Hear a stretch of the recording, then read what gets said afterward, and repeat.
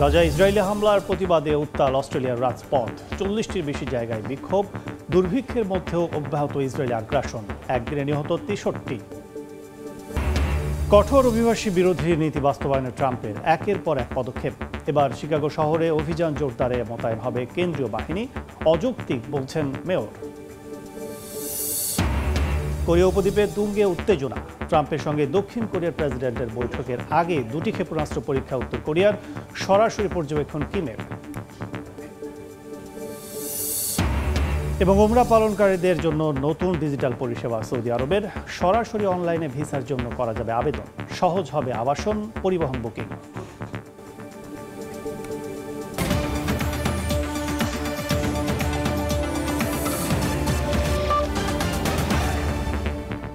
আন্তর্জাতিক সময়ের সঙ্গে আছে আমি কাজল আব্দুল্লাহ। ভয়াবহ মানবিক বিপর্যয়ের মধ্যে অবরুদ্ধ গাজা। মর্গভর্তি মরদেহ, শোকে ভেঙে পড়া স্বজন, চারদিকে শুধুই আহাজারি। ইসরায়েলি বর্বরতায় উপত্যকায় একদিনে অন্তত 63 জন নিহত হয়েছেন। এর মধ্যে 16 জন প্রাণের লাইনেই প্রাণ হারিয়েছেন।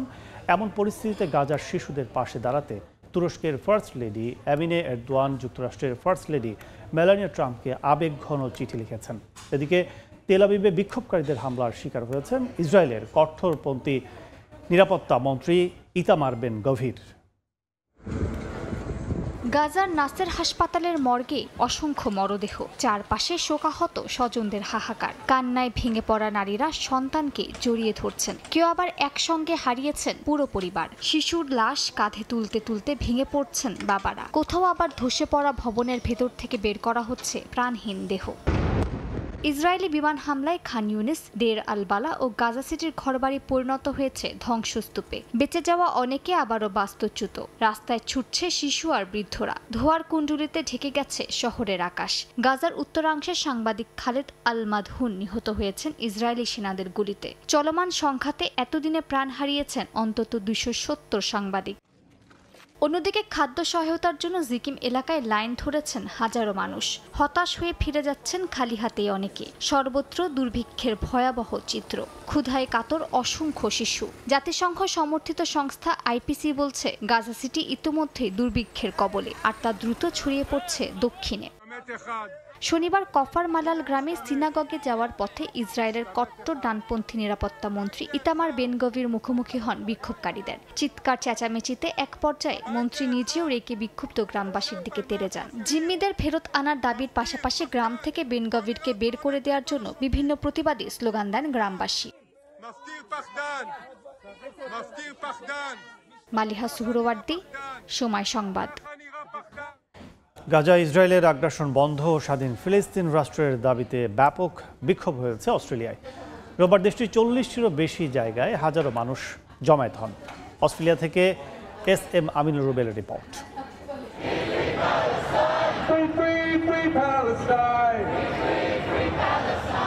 গাজায় ইসরায়েলি বর্বরতার প্রতিবাদে আবারও বিক্ষোভে উত্তাল অস্ট্রেলিয়া। স্থানীয় সময় রোববার দিনব্যাপী অস্ট্রেলিয়া জুড়ে ফিলিস্তিনপন্থী জনতা ইসরায়েল বিরোধী বিক্ষোভ সমাবেশে অংশ নেয়। এর আগে দেশটিতে এ ধরনের অন্তত 97টি সমাবেশ হলেও ধারণা করা হচ্ছে জনসমাগম ও ব্যাপ্তির দিক থেকে এটি ছিল অস্ট্রেলিয়ায় সবচেয়ে বড় সমাবেশ। দেশটির প্রতিটি বড় শহরে গাজায় ইসরায়েলি বাহিনীর নজিরবিহীন গণহত্যার প্রতিবাদ ও স্বাধীন ফিলিস্তিন রাষ্ট্রের দাবিতে ভিন্ন ভিন্ন সংগঠনের ব্যানারে বিক্ষোভ সমাবেশ আয়োজিত হয়। সিডনির পর এবার মেলবোর্নে সমাবেশে উপস্থিতির সংখ্যা লক্ষাধিক বলে দাবি করেছে স্থানীয় সংবাদ মাধ্যম। নানান নিষেধাজ্ঞা উপেক্ষা করে ব্রিসবেনের পার্লামেন্ট হাউসের সামনে 50,000 মানুষ উপস্থিত হয়। ওয়েস্টার্ন অস্ট্রেলিয়ার রাজধানী পার্থের কেন্দ্রবিন্দুতে আন্দোলনে অন্তত 24,000 বিক্ষোভকারী অংশ নেন। এছাড়া অ্যাডিলেডে 10,000 মানুষ ইসরায়েল বিরোধী মিছিলে অংশগ্রহণ করেন। এই প্রথম রাজধানী ক্যানবেরা ও দূরবর্তী ডারউইনেও শান্তিপূর্ণ সমাবেশ হয়েছে। এছাড়া তাসমানিয়ার হোবার্টে ও কেয়ান্সেও সমাবেশ অনুষ্ঠিত হয়। গত সপ্তাহে অস্ট্রেলিয়ার প্রধানমন্ত্রী অ্যান্থনি অ্যালবানিজির ইসরায়েল বিরোধী অবস্থানের পর সমাবেশে উল্লেখযোগ্য হারে রাজনৈতিক নেতাদের শান্তির পক্ষে বক্তৃতা দিতে দেখা যায়। SM আমিনুল রুবেল, সময় সংবাদ, অস্ট্রেলিয়া। যুদ্ধ বন্ধের সম্ভাবনার মধ্যে কিয়েভের বিরুদ্ধে রাশিয়ার কুরস্ক পারমাণবিক বিদ্যুৎ কেন্দ্রে ড্রোন হামলার অভিযোগ করেছে মস্কো। এ নিয়ে দুদেশের মধ্যে বাড়ছে উত্তেজনা। এর মধ্যে ইউক্রেনে নতুন করে ক্রুজ ক্ষেপণাস্ত্র পাঠানোর সিদ্ধান্ত নিয়েছে যুক্তরাষ্ট্র। তবে সেই ক্ষেপণাস্ত্র দিয়ে রাশিয়ার ভূখণ্ডে হামলা চালাতে লাগবে পেন্টাগনের অনুমতি। এদিকে রাশিয়াকে শান্তি আলোচনায় বসাতে বিশ্ব নেতাদের চাপ প্রয়োগের আহ্বান জানিয়েছেন ইউক্রেনের প্রেসিডেন্ট ভলোদিমির জেলেনস্কি। এর মাঝে ইউক্রেনকে ৩,৫০০-এর বেশি এয়ার লঞ্চড ক্রুজ মিসাইল সরবরাহের অনুমোদন দিয়েছে যুক্তরাষ্ট্র, যা আগামী ৬ সপ্তাহের মধ্যে পৌঁছাবে বলে জানা গেছে। তবে যুক্তরাষ্ট্র থেকে প্রাপ্ত ক্ষেপণাস্ত্র ব্যবহার করে রাশিয়ার ভূখণ্ডে হামলা চালাতে ইউক্রেনের ওপর বেশ কিছু বিধিনিষেধ দিয়েছে পেন্টাগন। এই মিসাইল ব্যবহারের জন্য কিয়েভকে অবশ্যই পেন্টাগনের অনুমতি নিতে হবে বলে জানিয়েছে সংস্থাটি। এই সিদ্ধান্ত ট্রাম্পের শান্তি আলোচনার কৌশলের সঙ্গে যুক্ত বলে জানিয়েছে মার্কিন সংবাদ মাধ্যম ওয়াল স্ট্রিট জার্নাল। এদিকে রাশিয়াকে শান্তি আলোচনায় বসাতে আন্তর্জাতিক চাপ দিতে গ্লোবাল সাউথকে আহ্বান জানিয়েছেন জেলেনস্কি। মস্কো যুদ্ধ দীর্ঘায়িত করতে চাইছে অভিযোগ করে তিনি বলেন, যুদ্ধ বন্ধে বিশ্ব সম্প্রদায়ের সঠিক পদক্ষেপ গুরুত্বপূর্ণ। জেলেনস্কির সঙ্গে বৈঠকে ত্রিপক্ষীয় আলোচনার গুরুত্ব তুলে ধরেন দক্ষিণ আফ্রিকার প্রেসিডেন্ট সিরিল রামাফোসা। শান্তি আলোচনায় অগ্রগতি নিশ্চিত করতে দ্রুত বৈঠক জরুরি বলে মনে করেন তিনি। একই আহ্বান জানিয়েছে ফ্রান্স ও ফিনল্যান্ডও। আমিরুল ইসলাম আলিফ, সময় সংবাদ। যুক্তরাষ্ট্রের অভ্যন্তরীণ সংকট মোকাবেলায় এবার শিকাগো শহরে সেনা মোতায়েনের পরিকল্পনা করছে মার্কিন প্রতিরক্ষা দফতর পেন্টাগন। অপরাধ দমন, গৃহহীন ও অনিবন্ধিত অভিবাসীদের নিয়ন্ত্রণে এ পদক্ষেপ নেওয়া হচ্ছে বলে দাবি প্রেসিডেন্ট ডোনাল্ড ট্রাম্পের। তবে সেনা মোতায়েনের বিরোধিতা করেছেন শহরটির মেয়র ব্র্যান্ডন জনসন। শিকাগো শহরে অপরাধ প্রবণতা কমে গেছে দাবি করে তিনি বলেন, ট্রাম্প প্রশাসনের এই পদক্ষেপ অযাচিত এবং অযৌক্তিক। চলতি বছর ক্ষমতা গ্রহণের পর থেকেই অভিবাসী বিরোধী নীতি গ্রহণ করেন মার্কিন প্রেসিডেন্ট ডোনাল্ড ট্রাম্প। অবৈধ অভিবাসী বিরোধী অভিযান জোরদারের পাশাপাশি সামরিক বিমানে করে ফেরত পাঠানো হয় নিজ দেশে। অভিবাসী বিরোধী কঠোর নীতির বাস্তবায়নের অংশ হিসেবে ক্যালিফোর্নিয়া সহ বিভিন্ন শহরে মোতায়েন করা হয় কেন্দ্রীয় বাহিনী। গত জুন মাসে অভিবাসন বিরোধী অভিযানের প্রতিবাদে ক্যালিফোর্নিয়ায় বিক্ষোভ চলাকালে ট্রাম্প সে অঙ্গরাজ্যের ডেমোক্রেট গভর্নরের বিরোধিতা সত্ত্বেও লস অ্যাঞ্জেলেসে ৭০০ মেরিন ও ৪,০০০ ন্যাশনাল সেনাগার্ড সদস্য পাঠান। এবার যুক্তরাষ্ট্রের ইলিনয় অঙ্গরাজ্যের শিকাগো শহরে সেনা মোতায়েনের পরিকল্পনা করেছে পেন্টাগন। স্থানীয় সময় শনিবার সংশ্লিষ্ট কর্মকর্তাদের বরাতে ওয়াশিংটন পোস্টের প্রতিবেদনে বলা হয়েছে, অপরাধ, গৃহহীন ও অনথিভুক্ত অভিবাসীদের দমনে এ উদ্যোগ নিচ্ছেন প্রেসিডেন্ট ট্রাম্প। মূলত কয়েক সপ্তাহ ধরে এই পরিকল্পনার কাজ চলছে। এর অংশ হিসেবে আগামী সেপ্টেম্বরের মধ্যে কয়েক হাজার ন্যাশনাল গার্ড সদস্য মোতায়েন করা হতে পারে বলে ধারণা করা হচ্ছে। এর আগে গত শুক্রবার সাংবাদিকদের সঙ্গে আলাপকালে ট্রাম্প বলেন, শিকাগো একেবারে এলোমেলো অবস্থায় রয়েছে, সেটি পরবর্তী সময় ঠিক করা হবে। এ সময় শহরটির মেয়রের কড়া সমালোচনা করেন তিনি। এ বিষয়ে ইলিনয়ের গভর্নর জেবি প্রিটস্কার বলেন, এমন কোনো পরিস্থিতি নেই যা জাতীয় গার্ড মোতায়েনকে প্রয়োজনীয় করে তোলে। ট্রাম্পের সেনা মোতায়েনের পরিকল্পনার সমালোচনা করে শিকাগো শহরের মেয়র ব্র্যান্ডন জনসন বলেছেন, প্রশাসনের এই পদক্ষেপ অসমন্বিত, অযাচিত এবং অযৌক্তিক। মৌসুমী সাথী, সময় সংবাদ। আন্তর্জাতিক সময় আরও থাকছে। ভেনেজুয়েলার জলসীমায় মার্কিন যুদ্ধজাহাজ মোতায়েন ঘিরে উত্তেজনা। সরকার পরিবর্তন করে তেলের নিয়ন্ত্রণ নিতে চায় যুক্তরাষ্ট্র, অভিযোগ লাতিন আমেরিকার দেশগুলোর। সৌদি আরবে পবিত্র ওমরা পালনকারী মুসল্লিদের জন্য উন্মোচিত হলো নতুন ডিজিটাল পরিষেবা নুসুক ওমরা। এই প্ল্যাটফর্মের মাধ্যমে এখন বিশ্বের বিভিন্ন দেশের মুসলমানরা সরাসরি অনলাইনে ভিসার জন্য আবেদন করতে পারবেন। পাশাপাশি আবাসন, পরিবহন সহ নানা সেবার বুকিংও সম্ভব হবে এই প্ল্যাটফর্মের মাধ্যমে। বিস্তারিত জানাচ্ছেন আরিফুর রহমান। প্রতি বছর লাখ লাখ মুসল্লিকে হজ করতে সৌদি আরবের ভিসা আবেদনের সময় নানা ধরনের জটিলতায় পড়তে হয়। তবে এবার কোনো ধরনের এজেন্ট, ওমরা সেবাদানকারী প্রতিষ্ঠান বা মধ্যস্থতাকারী ছাড়াই ভিসা আবেদন করতে পারবেন তারা। সম্প্রতি সৌদি হজ ও ওমরা মন্ত্রণালয় নুসুক ওমরাহ নামের পরিষেবাটি উদ্বোধন করে। সৌদি মন্ত্রণালয় জানায়, ওয়েবসাইট umrah.nusuk.sa এর মাধ্যমে খুব সহজেই ভিসার আবেদন করা যাবে। নুসুক ওমরাহ নামের নতুন এই ডিজিটাল পরিষেবার মাধ্যমে বিভিন্ন বিকল্প সুবিধাও গ্রহণ করা যাবে। মুসল্লিরা চাইলে এর মাধ্যমে পূর্ণাঙ্গ প্যাকেজ নিতে পারবেন। আবার ভিসা, হোটেল বুকিং, পরিবহন বা সাংস্কৃতিক ভ্রমণ আলাদাভাবে বুক করার সুযোগও থাকছে। প্ল্যাটফর্মটি 7টি ভাষায় চালু হয়েছে এবং এটি সরকারি ব্যবস্থার সঙ্গে সম্পূর্ণ সংযুক্ত। এতে আবেদন থেকে শুরু করে ভিসা প্রদানের প্রতিটি ধাপ অনলাইনে সম্পন্ন হবে।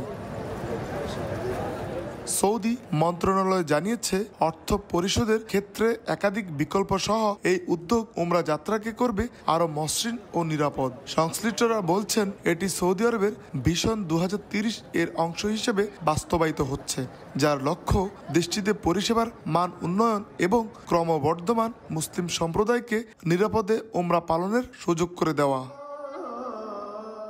আরিফুর রহমান, সময় সংবাদ, সৌদি আরব। ভারতে অনুপ্রবেশের অভিযোগে বাংলাদেশ পুলিশের এক শীর্ষ কর্মকর্তাকে আটকের দাবি করেছে বিএসএফ। স্থানীয় সময় শনিবার সন্ধ্যা 6টা থেকে 7টার মধ্যে তাকে আটক করা হয়। টাইমস অফ ইন্ডিয়া জানায়, হাকিমপুর সীমান্ত চৌকির কাছে তাকে আটক করে ভারতীয় সীমান্তরক্ষী বাহিনী। পরে ওই বাংলাদেশি কর্মকর্তাকে পশ্চিমবঙ্গ পুলিশের কাছে হস্তান্তর করা হয়।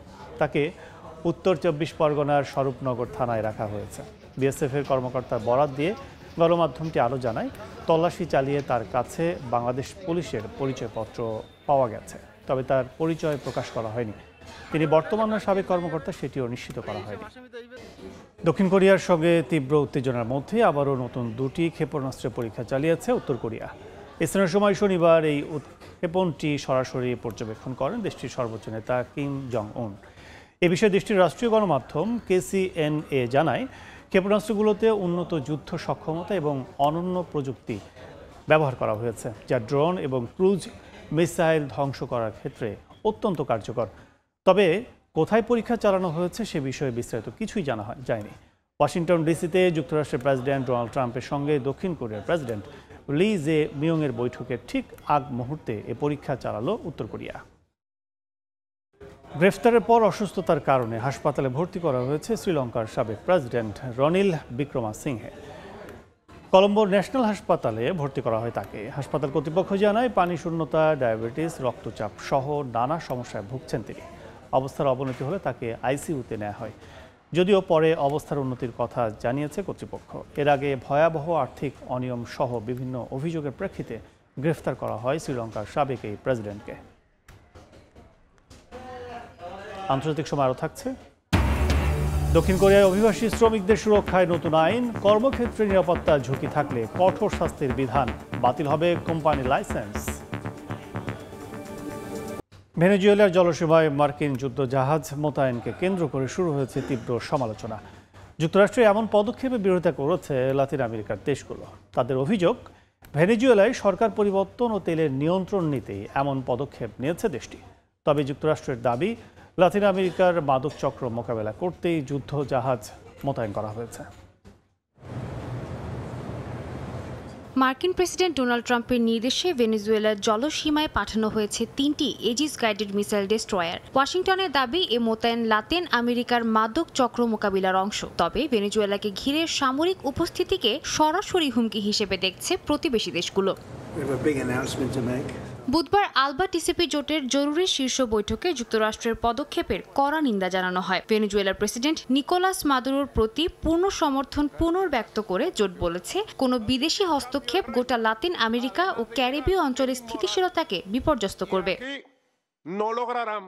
বিশ্লেষকরা মনে করছেন, মাদক চক্র মোকাবিলার অজুহাতে ভেনেজুয়েলার সরকার বদলানো ও তেলের নিয়ন্ত্রণ নেওয়ার চেষ্টা করছে যুক্তরাষ্ট্র, যার অংশ হিসেবে ভেনেজুয়েলার জলসীমায় যুদ্ধ জাহাজ মোতায়েন করেছে ট্রাম্প প্রশাসন। দ্বিতীয় বিশ্বযুদ্ধের পর বিভিন্ন সময় যুক্তরাষ্ট্র তেলের নিয়ন্ত্রণে একাধিকবার এমন কৌশল নিয়েছে বলেও জানান তারা। ভেনেজুয়েলার কাছে ক্যারিবিয়ান অঞ্চলে সেনা মোতায়েনের উদ্দেশ্য হল ভেনেজুয়েলার সরকারকে উৎখাত করা। লাতিন আমেরিকার প্রতি ট্রাম্পের বার্তা হল, তথাকথিত মনোরম মতবাদ আবারও ফিরে এসেছে। যুক্তরাষ্ট্র নিঃসন্দেহে তেলের নিয়ন্ত্রণও নিতে চায়। 1945 সালে দ্বিতীয় বিশ্বযুদ্ধ শেষ হওয়ার পর এটি প্রথমবার নয়। এরই মধ্যে যুক্তরাষ্ট্রের এমন পদক্ষেপের বিরোধিতা করেছে প্রতিবেশী দেশ ব্রাজিল। প্রেসিডেন্টের বিশেষ উপদেষ্টা সেলসো আমোরিমো উদ্বেগ জানিয়ে বলেন, হস্তক্ষেপ বিরোধিতা ব্রাজিলের বৈদেশিক নীতির মৌলিক ভিত্তি। যুক্তরাষ্ট্র মাদক ও সন্ত্রাসবাদের অজুহাতে অন্য দেশে সামরিক পদক্ষেপ নেবে, এটি মোটেই গ্রহণযোগ্য নয়। আর কলম্বিয়ার প্রেসিডেন্ট গুস্তাভো পেত্রো সতর্ক করে বলেন, ভেনেজুয়েলা ও কলম্বিয়ার মধ্যে 2219 কিলোমিটার সীমান্ত রয়েছে। তার মতে, যুক্তরাষ্ট্র যদি ভেনেজুয়েলায় হামলা চালায় তবে সমস্যা সমাধান হবে না, বরং অস্থিতিশীলতা ছড়িয়ে পড়বে এবং সংঘাতে জড়িয়ে পড়তে বাধ্য হবে কলম্বিয়া। সাদিয়া তাসনিম, সময় সংবাদ। দক্ষিণ কোরিয়ায় নির্মাণ ও শিল্প কারখানায় শ্রমিকের পর্যাপ্ত নিরাপত্তা ব্যবস্থার অবহেলার কারণে বাড়ছে দুর্ঘটনার ঝুঁকি। কর্মক্ষেত্রে নিরাপত্তা জোরদার এবং শ্রমিকের অধিকার সুরক্ষায় কর্পোরেট সংস্থার ওপর নতুন আইন প্রয়োগের সিদ্ধান্ত নিয়েছে দেশটির সরকার। সংশোধিত শিল্প দুর্ঘটনা আইনে কোনো ধরনের অবহেলা প্রমাণিত হলে কোম্পানির লাইসেন্স বাতিল সহ কঠোর শাস্তির বিধান রাখা হয়েছে। দক্ষিণ কোরিয়া থেকে মোহাম্মদ হানিফের রিপোর্ট।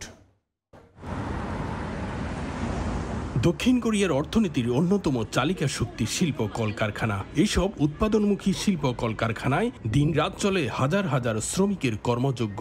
শ্রমিকের নিরাপদ ও স্বাস্থ্যকর কাজের পরিবেশ তৈরি করতে এবার দক্ষিণ কোরিয়ার শিল্প দুর্ঘটনা সংশোধিত আইনে আসছে ব্যাপক পরিবর্তন। রাখা হচ্ছে কঠোর বিধিনিষেধ।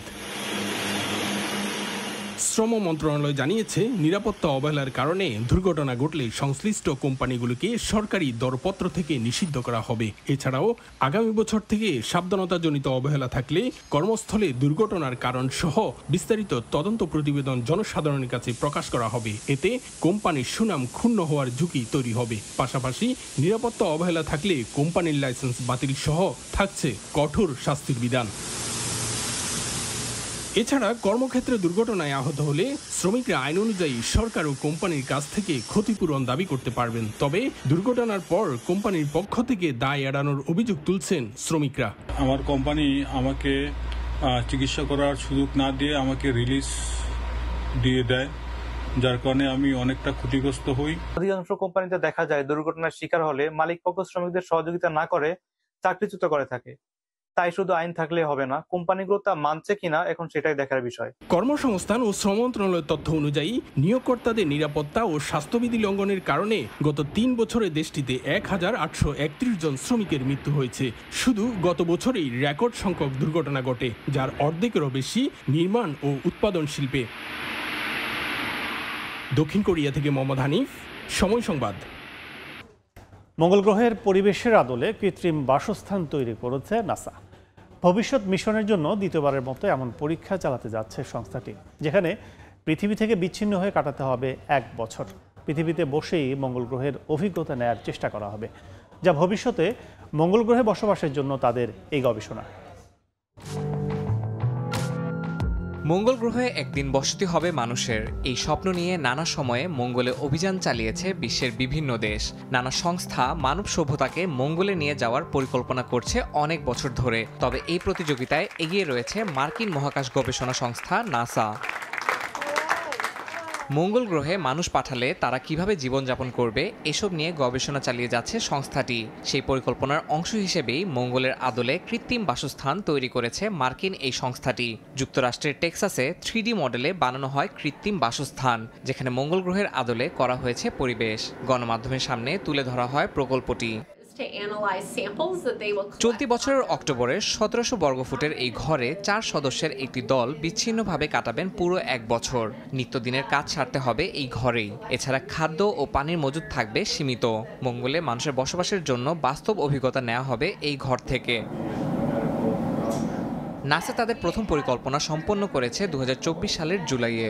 সেই পরিকল্পনা থেকে পাওয়া তথ্য এখানে কাজে লাগাবে তারা। মঙ্গলের সঙ্গে পৃথিবীর যোগাযোগ 45 মিনিট দেরিতে হয়, এতে বিভিন্ন সমস্যায় পড়তে পারে দলটি। তবে এই প্রতিকূলতা তাদের আরও আত্মনির্ভরশীল হতে বাধ্য করবে বলে ধারণা সংস্থাটির। যে পরিস্থিতি সামনে আসুক না কেন, ক্রুদের তা মোকাবিলা করতে হবে। সমস্যার মুখোমুখি হয়ে তাদের সমাধানের পথ খুঁজে বের করতেই হবে। তবে মঙ্গলে মাধ্যাকর্ষণ পৃথিবীর তুলনায় কম, যা এখানে অনুভব করানো সম্ভব নয়। তাই দলটিকে নিয়মিত শারীরিক অনুশীলনের মাধ্যমে পেশি ও হাড়ের সুরক্ষা বজায় রাখতে হবে। মাধ্যাকর্ষণ যখন কম থাকে তখন তার শরীরের হাড়, পেশি সবকিছুর ওপরই প্রভাব ফেলে। আর আমরা চাই তারা যতটা সম্ভব সুস্থ থাকুক। এই সেপ্টেম্বরে ঘোষণা করা হবে 4 সদস্যের নতুন দল, যারা পৃথিবীতে বসে প্রত্যক্ষ করবে লাল গ্রহের পরিবেশ। দল গঠনের ক্ষেত্রে দক্ষতা ও অভিজ্ঞতা সম্পন্ন ব্যক্তিদেরই বাছাই করা হবে বলে জানিয়েছে নাসা। ইয়াসিন মোহাম্মদ জিসান, সময় সংবাদ। অস্ট্রেলিয়ার বুকে এবার ছুটবে সৌরচালিত গাড়ি। ডারউইন থেকে অ্যাডিলেড পর্যন্ত 3000 কিলোমিটারের ম্যারাথন দৌড়ে নামছে বিশ্বের নামকরা বিশ্ববিদ্যালয় ও গবেষণা দলের তৈরি করা সৌরশক্তি চালিত এই গাড়ি। এবছর নজর কাড়ছে একেবারে নতুন প্রযুক্তি, যার নাম ফিন টেকনোলজি। যাকে বলা হচ্ছে ব্যাটল অব দ্য ফিন্স। অস্ট্রেলিয়ার ডারউইনে জমজমাট আয়োজন। প্রতিযোগিতার জন্য সাজানো রয়েছে সারি সারি সৌরচালিত গাড়ি। দলীয় পতাকা হাতে উচ্ছ্বাসে চিয়ার করছে অংশগ্রহণকারীরা। আগামীকাল থেকে শুরু হতে যাচ্ছে বিশ্বের সবচেয়ে মর্যাদাপূর্ণ সৌরচালিত গাড়ি প্রতিযোগিতা বা Bridgestone world solar challenge. Global solar কাউন্সিলের পরিচালক জানান, শতবর্ষ ধরে গাড়ি চলছে পেট্রোলে, কিন্তু জলবায়ু পরিবর্তনের এই সময়ে পুরানো প্রযুক্তি ছাড়তে হবে। তাই সূর্যের শক্তি কাজে লাগানো এখন শুধু প্রতিযোগিতা নয়, ভবিষ্যতের টেকসই সমাধান। 40 বছর ধরে এই প্রতিযোগিতা শুধু প্রযুক্তি নয়, নতুন প্রজন্মকে শিখাচ্ছে সূর্যের আলো দিয়ে আরও কার্যকর গাড়ি বানানোর কৌশল। আসলে আমরা সূর্যের ওপর ভর করে নতুন ধরনের গতির পথ খুঁজে পাচ্ছি। এবারের আলোচনায় নতুন সংযোজন ফিন টেকনোলজি। গাড়ির পেছনে ছোট্ট ফয়েল বা ফিন যুক্ত করে বাড়ানো হচ্ছে স্থিতিশীলতা ও গতির দক্ষতা। জার্মানির সৌরচালিত গাড়ির টিম থেকে শুরু করে নেদারল্যান্ডস, যুক্তরাষ্ট্র, হাঙ্গেরি, বেলজিয়াম, জাপান ও দক্ষিণ কোরিয়ার দলগুলো নিজেদের নকশা প্রদর্শন করছে। ট্রায়ালে এগিয়ে রয়েছে জার্মানির দল। প্রথম সারিতে জায়গা নিশ্চিত করেছে তারা। 24 আগস্ট থেকে শুরু হতে যাচ্ছে মূল প্রতিযোগিতা। ডারউইন থেকে এডিলেড পর্যন্ত 3000 কিলোমিটার দীর্ঘ এই যাত্রা শেষ হবে 28 আগস্ট। ইয়াসমিন অনন্যা, সময় সংবাদ। আন্তর্জাতিক সময়ের শীর্ষ সংবাদগুলো জানিয়ে দিচ্ছে আরেকবার।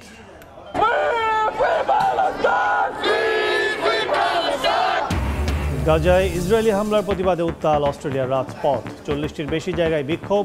দুর্ভিক্ষের মধ্যেও অব্যাহত ইসরায়েলি আগ্রাসন। একদিনে নিহত 63। এবং কঠোর অভিবাসী বিরোধী নীতি বাস্তবায়নে ট্রাম্পের একের পর এক পদক্ষেপ। এবার শিকাগো শহরে অভিযান জোরদারে মোতায়েন হবে কেন্দ্রীয় বাহিনী, অযৌক্তিক বলছেন মেয়র।